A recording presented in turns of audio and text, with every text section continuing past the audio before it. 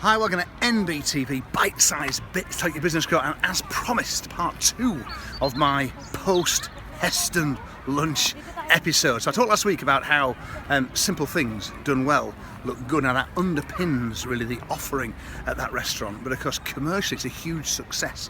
And I'm not surprised, because tours have just been there and I got a little bit of coins back from £300, so it ain't a cheap place to go for lunch.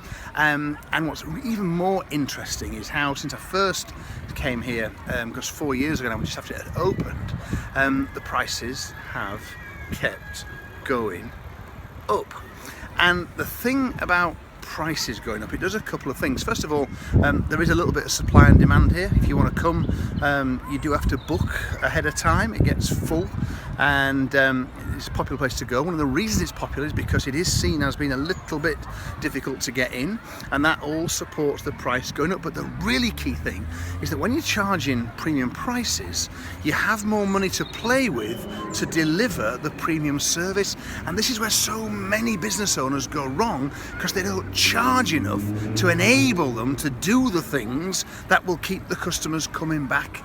And it is the reason why not just myself but many others love coming back to places like this, is because it does deliver a really unique experience. It is very different to anywhere else. But look at the kitchen, look how many chefs are in there. I showed you the table service and the waiters and the attention to detail that they're paying because they've got the time, because the restaurant can afford commercially to have the staff, because the prices are at the right level.